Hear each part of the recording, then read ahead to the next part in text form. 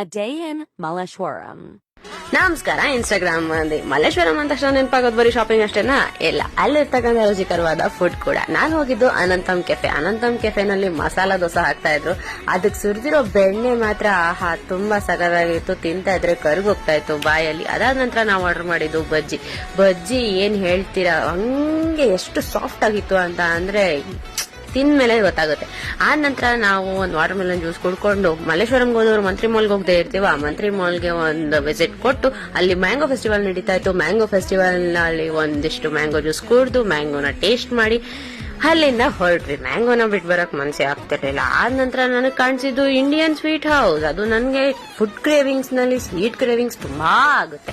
ಅದಕ್ಕೆ ನಾನು ಒಂದು ರಸಗುಲ್ಲ ಮತ್ತೆ ಒಂದು ಗುಲಾಬ್ ಜಾಮೂನ್ ಆರ್ಡರ್ ಮಾಡಿ ಸಖತ್ತಾಗಿ ತಿಂದು ಸ್ವೀಟ್ ಕ್ರೇವಿಂಗ್ಸ್ ನ ತಣ್ಣಗೆ ಮಾಡ್ಕೊಂಡು ಮಲ್ಲೇಶ್ವರಂ ಬಿಟ್ಟು ಹೊರಟ್ವಿ.